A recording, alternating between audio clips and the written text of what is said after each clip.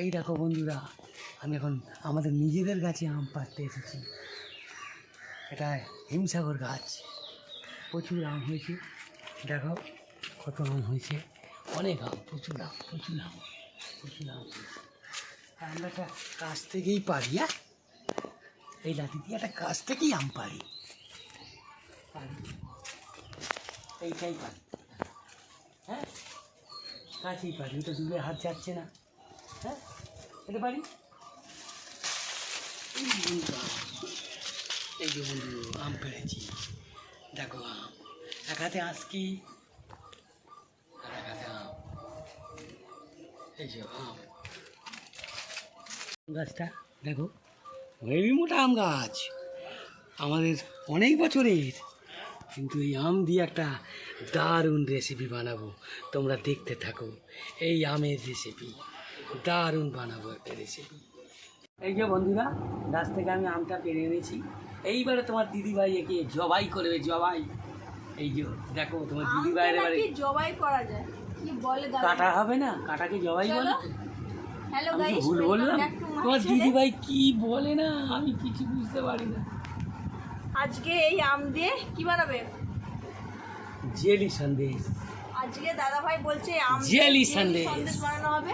চলো কি মজাদার, তোমরা দেখতে থাকো কিভাবে বানাই, এইভাবে তোমরাও বানাবে, খাবে, মজা করবে। দেখো প্রথমে আমি আমটাকে পুরো ছাড়িয়ে নেব।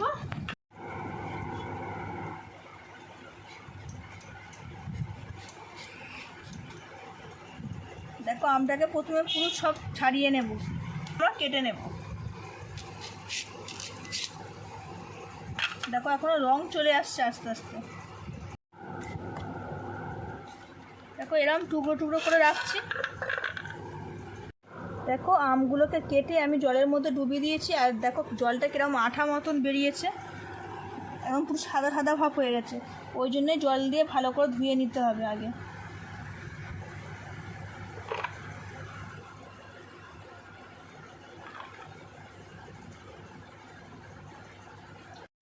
দেখো এই আমগুলোকে আমি সব প্রেসারে দিয়ে দেবো, আমের টুকরোগুলোকে, আর প্রেসারে দিয়ে এইটাকে ভালো করে মানে অল্প একটু জল দেবো।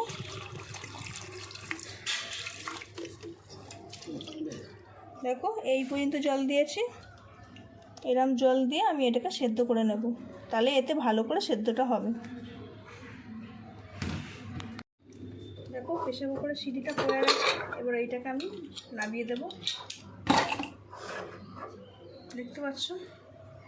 আর এর জন্য দেখো একটা বড় ছাঁকনি নিয়ে নিয়েছি, আর ছাঁকনিটা দিয়ে ছেঁকে নেব আমি।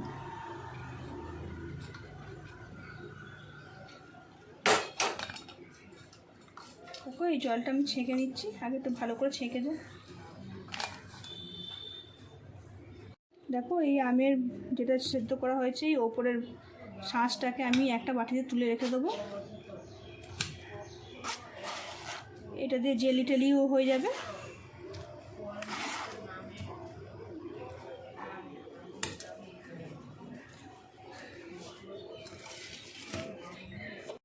দেখো এই জলটাকে আমরা একটা বাটি মাপ নিয়ে নেব, কতটা পরিমাণে জল হয়েছে।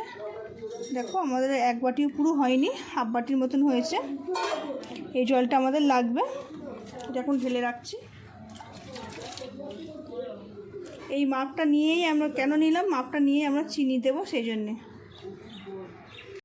দেখো যেহেতু আমাদের হাফ কাপের মতন মানে জলটা গেছে, সেই জন্য আমরা সেই মেজারমেন্টে হাফ কাপই আমরা চিনি নিয়ে নেব।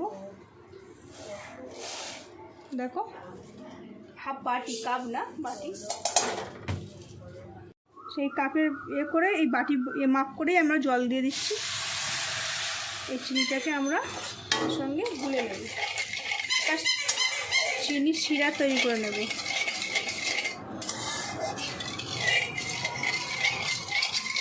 দেখো যতক্ষণ আমার এই শিরাটা তৈরি হচ্ছে, তার মধ্যে শিরাটা এখন হোক, কারণ চিনিগুলো এখন সেইভাবে গলেনি, এখনও চিনিগুলো একটু ভেতরে গলবে, আর এই রসটা একটুখানি আঠালো ভাব হবে, তবেই এটা হবে।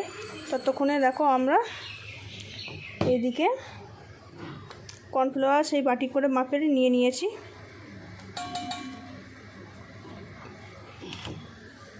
কর্নফ্লাওয়ার কর্নফ্লাওয়ারটা এর সঙ্গে ভালো করে গুলে নেব।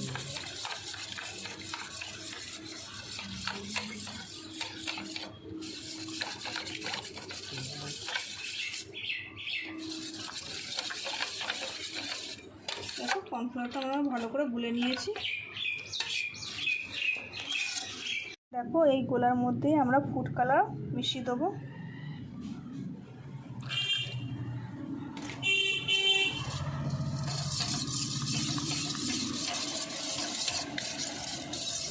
যেহেতু কাঁচা আমের দিয়ে করছি সেই জন্য ফুড কালারটা মেশালে কাঁচা আমের এটা ফ্লেভার বেশ দেখতে ভালো লাগবে একটা।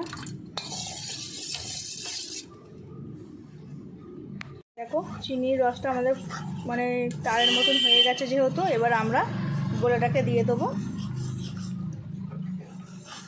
আর এটা অনবরত নাড়তে হবে, কেন যেহেতু তোমার কর্নফ্লাওয়ারটাও দেওয়া রয়েছে ওতে, নালে বসে যাবে একসাথে। আর এই সময় দেখো গ্যাসের ফ্লেমটা আমি বাড়িয়ে দিয়েছি।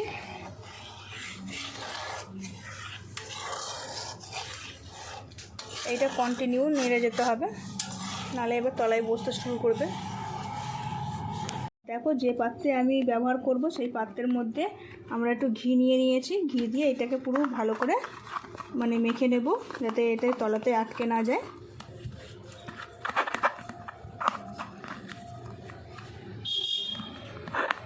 ঘিটা দেওয়া হয়ে গেছে, এবার এর মধ্যে আমরা একটুখানি আমন্ড কুচি দিয়ে দেব, যাতে গার্নিশের জন্য, যাতে দেখতে আরও সুন্দর লাগে। আর এখানেও দেখো কন্টিনিউ মানে নাড়া হচ্ছে, আর এইটাও অনেকটা বসে এসেছে, বেশ ঘন হয়ে গেছে। এবার বাদবাকি আমন্ড কুচিগুলো আমরা দিয়ে দেবো। এটা বেশ গালে পড়বে, ফ্লেভারটা বেশ সুন্দর আসবে, সেই জন্য আমন্ড কুচিটা দেওয়া। এতে তোমরা কাজু কিশমিশও দিতে পারো, ভালো লাগবে। দেখো আমাদের মোটামুটি হয়ে গেছে, এবার এইটাকে আমরা গ্যাসটাকে অফ করে দিয়েছি।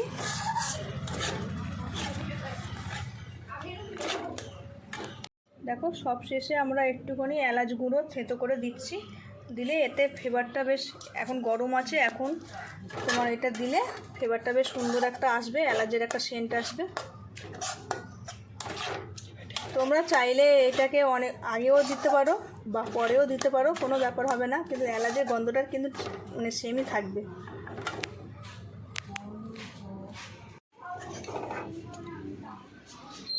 দেখো এবার আমি সমস্ত এটা ঢেলে দিচ্ছি।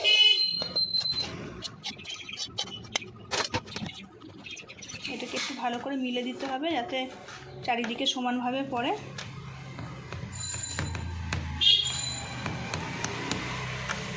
দেখো এর মধ্যে আমি ভালো করে সেট করে নিয়েছি, আর এটা 6-7 ঘন্টা ঠান্ডা হওয়ার পর আবার ফিরে আসছি, কীরকম হয়েছে তোমাদের সেটা দেখাবো। দেখো আমাদের 4-5-6 ঘন্টার মতো রেখেছিলাম, আর এইটা ভালোভাবে সেট হয়ে গেছে। এবার এইটাকে আমরা থালার মধ্যে উল্টে নেব। আর দেখো মোটামুটি একটু ফাঁক করতেই মোটামুটি ছেড়ে যাচ্ছে সব।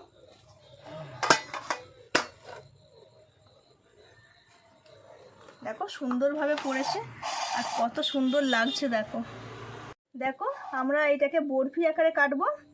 চলো তোমরা যে যেরকম শেপ দিতে পারো অবশ্যই সেরকমভাবে শেপ দিয়ে নেবে।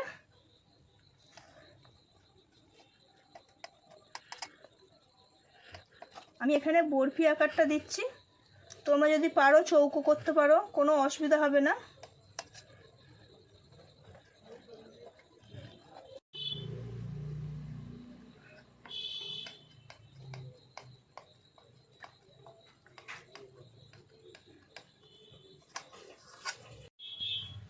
দেখো আমি বরফিগুলো একটু বেশ বড় বড় করে কেটেছি, যাতে বরফিটা দেখতে সুন্দর লাগে। তোমরা চাইলে একটু ছোটো সাইজ করতে পারো। দেখো কতটা নরম হয়েছে, বুঝতে পারছো? আর দেখো দু পিঠ একদম সুন্দরভাবে হয়েছে, একদম যতই এরকমভাবে একটা আঙুল দিয়েও নাচানো যাক না কেন, এটা স্প্রিংয়ের মতো নড়বে, কোনো হবে না। আর পুরো জেলি টাইপের হয়েছে, দারুণ লাগছে। আর বাচ্চারা তো এই লোভে তো বাচ্চারা যারা ফল খেতেও ভালোবাসে না অবশ্য তাদের এইভাবে জেলি মানে সব রকম দিয়ে করা যায়। এটা যেমন আমি আম দিয়ে করেছি, এইটা আঙুর দিয়েও হবে, মানে সব রকম ফল দিয়ে হবে। দেখো কত সুন্দর হয়েছে, আর দেখতেও খুব সুন্দর লাগছে। বাড়িতে হঠাৎ করে কোনো অতিথি এসে গেলেও এইভাবে মানে দেওয়া যাবে। চলো, আমার রেসিপিটা তোমাদের কেমন লাগলো অবশ্যই কমেন্টে জানাবে, আর ভালো লাগলে একটা লাইক শেয়ার সাবস্ক্রাইব করে দেবে। আর এরকমই নতুন নতুন ভিডিও দেখতে থাকবে, আমাকে সাবস্ক্রাইব করে পাশে থাকবে। নতুন নতুন ভিডিও তোমরা প্রতিদিন পাবে। ঠিক আছে, আজকের মতন নমস্কার।